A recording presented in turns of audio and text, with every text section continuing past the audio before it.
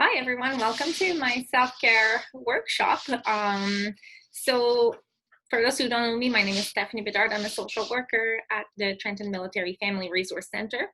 And I just thought that a self-care webinar could be a good idea to give people tips and tricks on how to take care of themselves and how to incorporate self-care into their daily routine.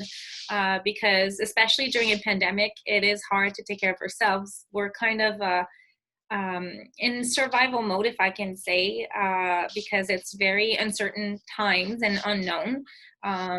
Nobody's ever lived through this.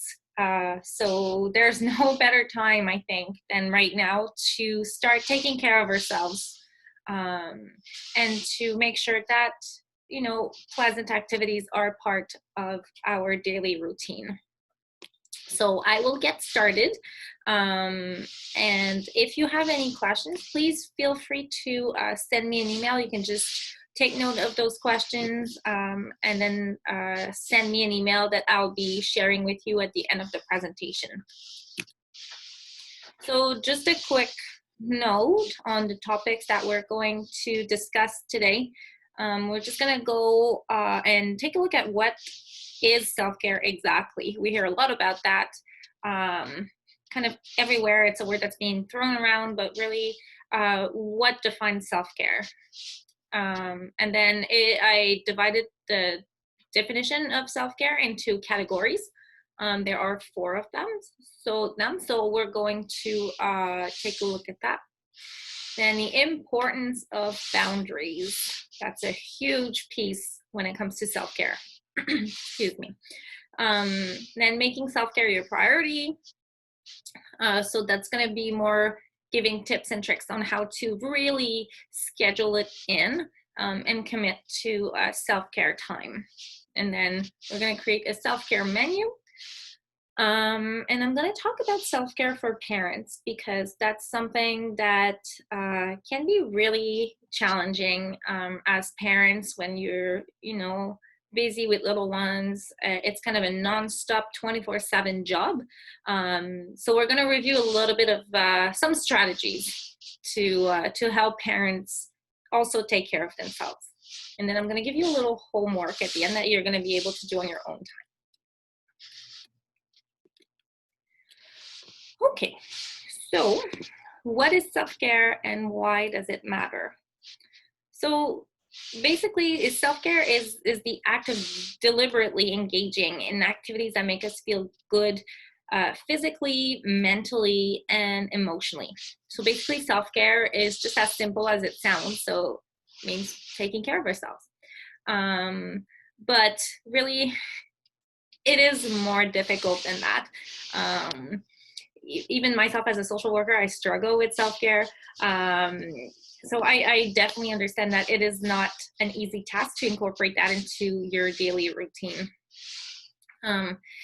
Really, and the reason why it's so hard to practice regular self-care is that we all live lives that are hectic, busy, filled with so many commitments and activities. So very often we kind of overlook self-care or we see it as a luxury that we don't really have time for. So when hearing about self-care, people tend to think about going to the spa, going to the nail salon, going to get, a massage. Those are really good self-care strategies, but there's so much more to self-care than just that. Really, we're going to see it when I present the 4 categories of self-care, but there's so many strategies and activities that are much more cost-effective and much more simple and easy to do than just, booking a day at the spa. So there's, for example, exercising is a really good self-care activity. It doesn't matter what kind of physical activity, as long as you do that, it can be a good one. It's been proven to improve mental health, reduce anxiety, and just improve overall well-being. but really self-care is it's a lifestyle that you have to make a commitment to, changing some habits, and just start to incorporate that into your schedule. But don't worry, I'll walk you through that. Just a side note, it's very important that self-care be something that makes you feel good, something that you enjoy. It's not something that, you force yourself to do just because you think that's what self-care should look like. For example, I was talking about physical activity. Let's say running. I know that running is very good for your health. And for some people, it is considered self-care. It's such a great way to take care of your physical health. But for some people, they're just not runners. Running is kind of exhausting for them, or it's very difficult and frustrating because they don't really necessarily get to do it the way they wish they would do it. So really keep in mind that self-care is something that makes you feel good, that brings you happy emotions, rather than just something that you kind of force yourself to do, but that you don't enjoy that much. So we're going to go with the 4 categories of self-care. So the concept of self-care itself can be very vague, because we kind of, like I was saying earlier, we kind of just throw that word into conversation. You're overwhelmed, do self-care. You're sad, do self-care. You're lonely, guess what? Just do self-care. But really, what is it, right? So like I was saying, physical health is a part that's very important to take care of, right? We have to take care of our physical health, and it is considered self-care. So there's that nourishing the body here, which is all about the physical health. And we hear about it all the time, how important it is to take care of our bodies. So, eat well, sleep enough, get enough exercise, drink enough water, and so on. We might be tired of hearing it, but really it is the first step to practicing good self-care. There's so many studies that have shown that there's an important connection between the mind and the body. So if the body suffers, chances are that the mind is going to suffer as well. So really, that's why self-care starts with nourishing the body and making sure that we are taking care of our physical health as much as we can. Second category, we go into the healthy mind. So really, it's super simple. We all have our own personal strategies to keep a healthy mind. Whatever they may be for you, the one that I'm suggesting here is to don't hesitate to see a counselor or therapist, psychologist, because that can be so beneficial for your mental health. It helps us to identify negative thinking patterns. It helps you bring self-awareness into your life. And really, it helps you to clearly identify what your needs are. So really, even if you don't necessarily, you feel like you don't really have an issue to bring up to therapy, just going to, counseling for from time to time, once a month, once every 3 months, it can help to get some insight as to how you're really doing. Then we have the social aspect of self-care. So nurturing relationships. Everyone needs social connection. It doesn't matter if you are an extrovert, introvert, we all need that social connection with others. There's actually been there've been studies that have shown that chronic loneliness increases the risk of developing depression and anxiety. So it's very important to connect with friends and family and keep an active social life as much as we can, which really it's been really hard over the past few months because of all those measures because of the pandemic. So now that we can slowly ease back into seeing more people, just take that opportunity to connect with loved ones. Really reaching out, even if it's just a text, a FaceTime call, just going for a coffee with a friend. It doesn't have to be, you're with people 24/7. It can just be, hey, reaching out to a friend. How are you? Let's get together for an hour. So really anything to keep an active social life is a good start to practicing self-care and to incorporate that into your schedule. We have the last one, and I find that it's very often overlooked. Spirituality, we think very often about religion, when really that's not all about religion. Spirituality is very personal to each individual. So whatever spirituality means to you, it's important to give ourselves a purpose for the life that we live. Whether it's doing acts of kindness around us, meditating, creating, praying, learning astrology.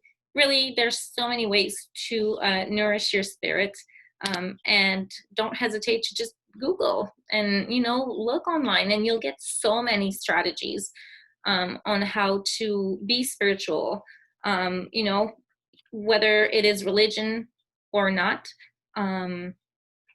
And there are a lot of different activities that can be considered spiritual.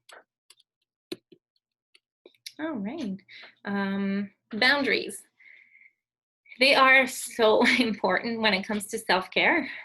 They ensure that we remain true to ourselves, our values, and what we stand for. Basically, they help us to preserve our overall well-being. And the concept of boundaries can be pretty vague because we tend to not know what our boundaries are until we're forced to put our limits. So boundaries can be physical, they can be emotional. Really depends on the situation, because boundaries in a professional context, they'll be much different than boundaries in a personal relationship. An example of boundaries, in a professional setting, like I'll take a mental health professional for example. So mental health workers do establish professional boundaries by not connecting with their clients outside of the professional context, so outside of work.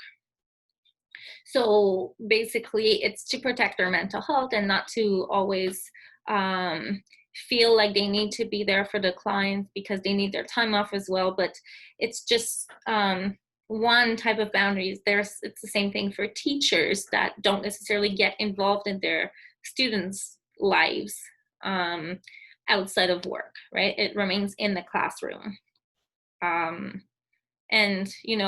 not answering, and that's for any type of work, not answering phone calls or emails that are work related after work hours. That can also be a type of boundary on the professional level. Boundaries are also super important in a personal life. For example, a couple can agree that they won't let their parents interfere with the way that they raise their children, or establishing boundaries with a friend by letting them know that maybe you're not necessarily mentally able, you don't have the capacity at that moment to listen to a friend's situation, difficult stories, because you are already overwhelmed with your own baggage. So it's important to establish boundaries and say, you know, I care about you and I want to listen to you, but today I can't. Can we talk tomorrow? It's, you know, it's hard. It's hard. It's uncomfortable. It's awkward at first to have those conversations, but it gets easier with practice and with time. We have here a boundary checklist, just a comparison chart of what healthy boundaries versus unhealthy boundaries look like. There's two examples that I find particularly important. So being able to say no and not being afraid to disagree. Being able to say no is very important, because it helps us to remain true to ourselves and to, you know, not let others take advantage of us. If that's something, I mean, I'm not saying don't just say no to your boss and all of that. That's really that's really not what I'm saying, but just in terms of being able to say no, that you know, you're not interested in something. Somebody comes and knocks at the door and wants to sell something to you, and you know, sometimes it can be awkward and you feel obligated to buy something from that person. But you know, saying no, if that's something that you're not interested in, then it's a good boundary for you to say, no, I'm not interested.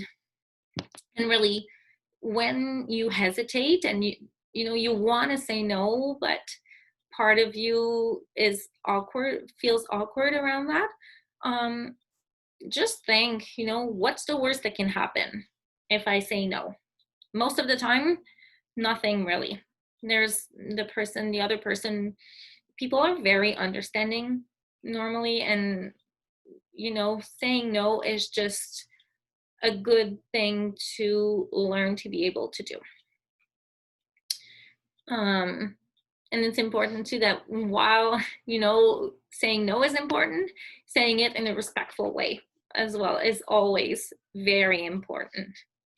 And same thing when it comes to disagreeing. We don't have to agree with everyone. It's actually impossible to agree with what everybody is saying. So don't feel like you need to agree with someone. It's always, you know, you can disagree as long as it's done in a respectful and polite way. It's okay, right? You are entitled to your own opinion and your own values, and disagreeing does not mean that you are being rude or disrespectful. As long as everything is done, you know, with good intention, then it's okay.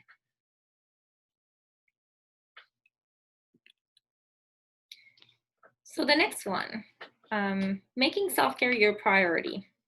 Our busy society values very much those who work hard, and it's often well perceived when we go out of our ways to kind of fulfill our professional or personal lives, and that we fill them up with activities and commitment.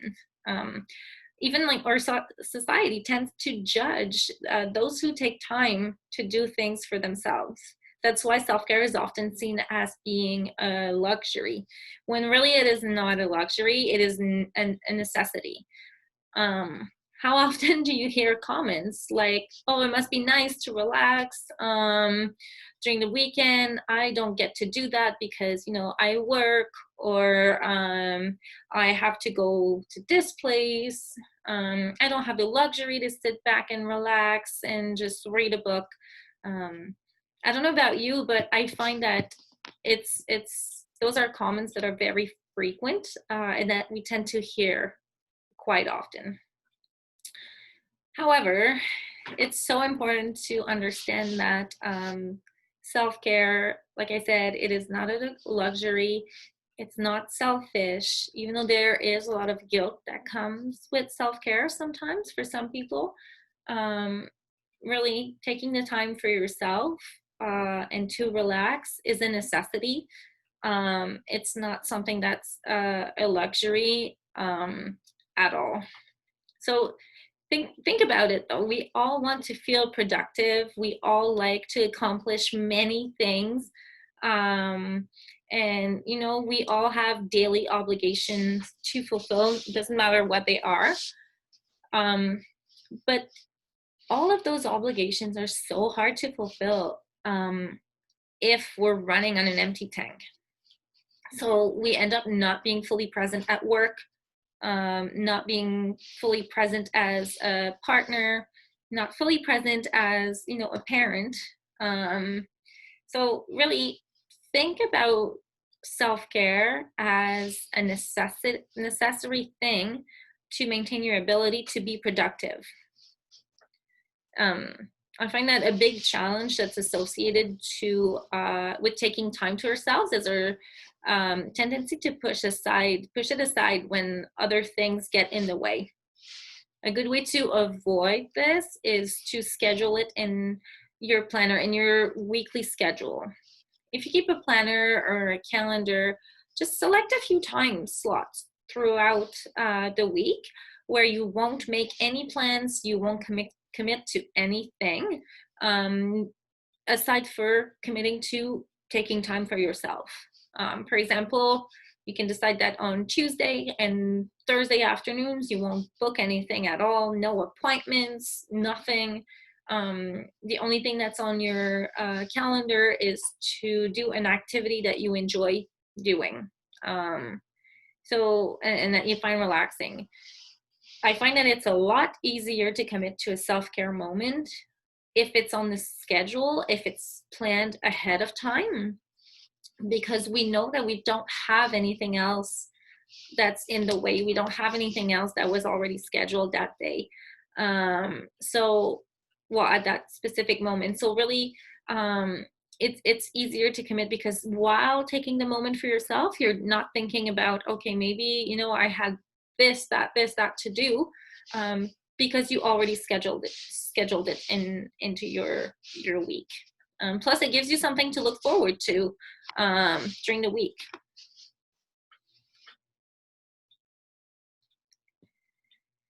So here, I thought it was really important to touch on the warning signs in the mental health continuum model, because we need to recognize when we are starting to not do too well. Really, that's when we need to take a break. That's when we need to take a break and to really start looking into practicing self-care on a more regular basis. So really, it happens to all of us. Sometimes we feel like we're trapped in a vicious circle of negativity. We can't seem to snap out of it. And we use the mental health continuum model in the military community, but it's relevant to everyone, regardless of your occupation. It's very simple to use as well. It's pretty self-explanatory. Like you see, it goes from healthy to ill. And ideally, we want to stay always into the green zone, the healthy one. But we all know that that's not realistic. We can't always be fully healthy 100% of the time.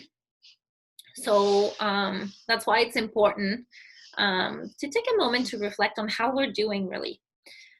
How often do you check in with yourself to ask yourself, okay, how am I doing really?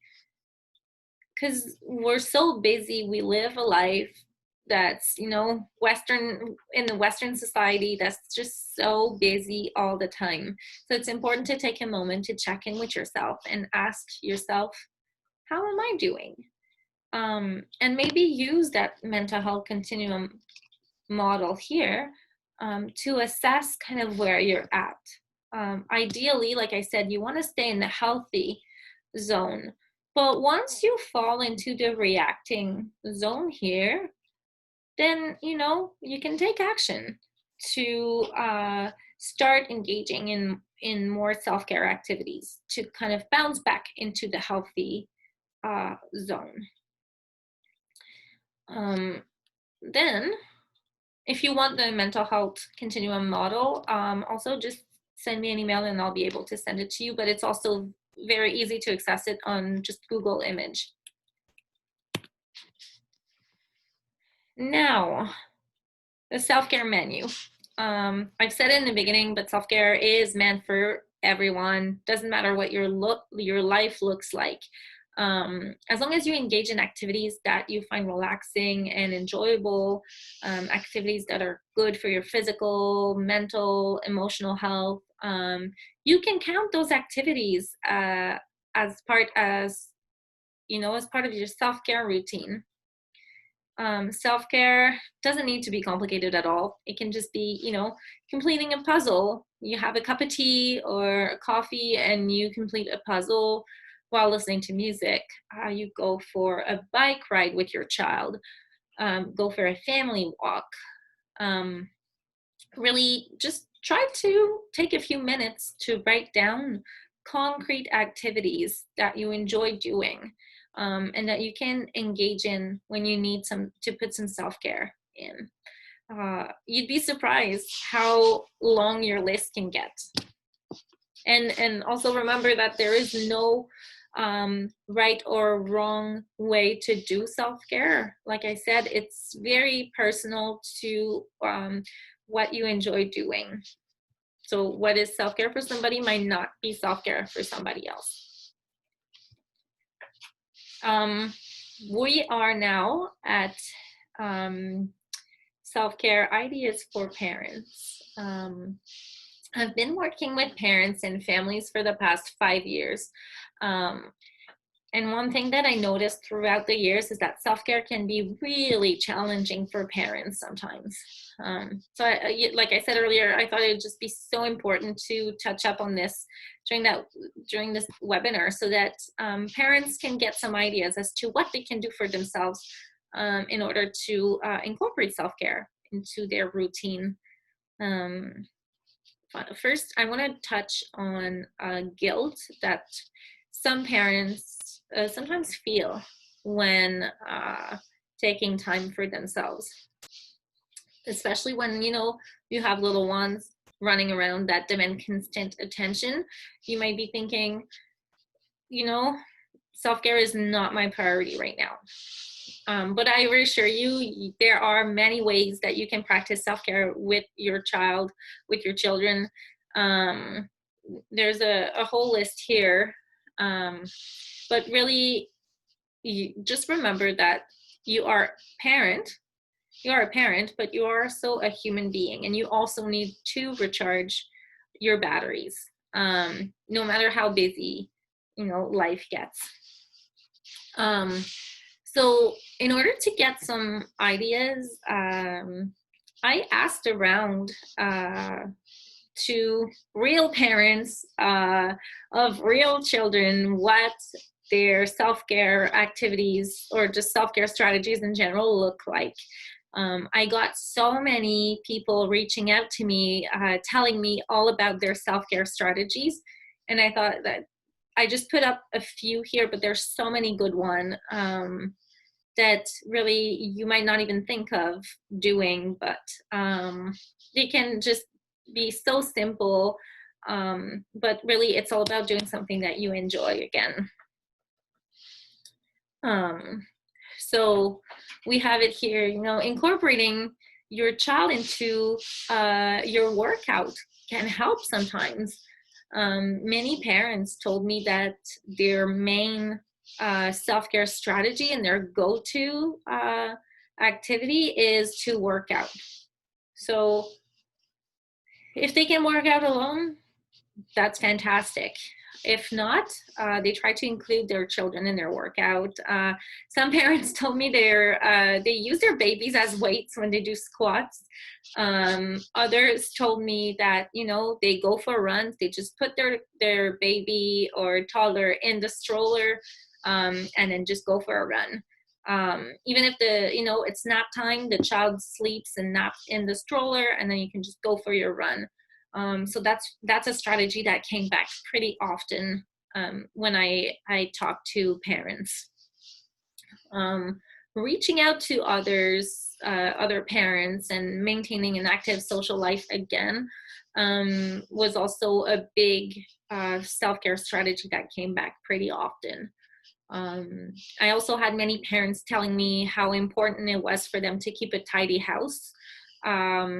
Kids can get, in the way of cleaning and keeping a very tidy house, but cleaning as you go, because it gives you a sense of accomplishment. Really, that was something that came back pretty often.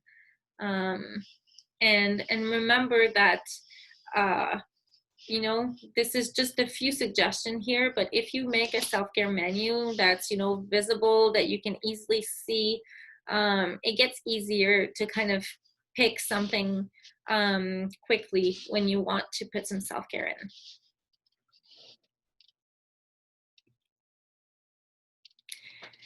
To finish this webinar, I want to give you guys a little homework.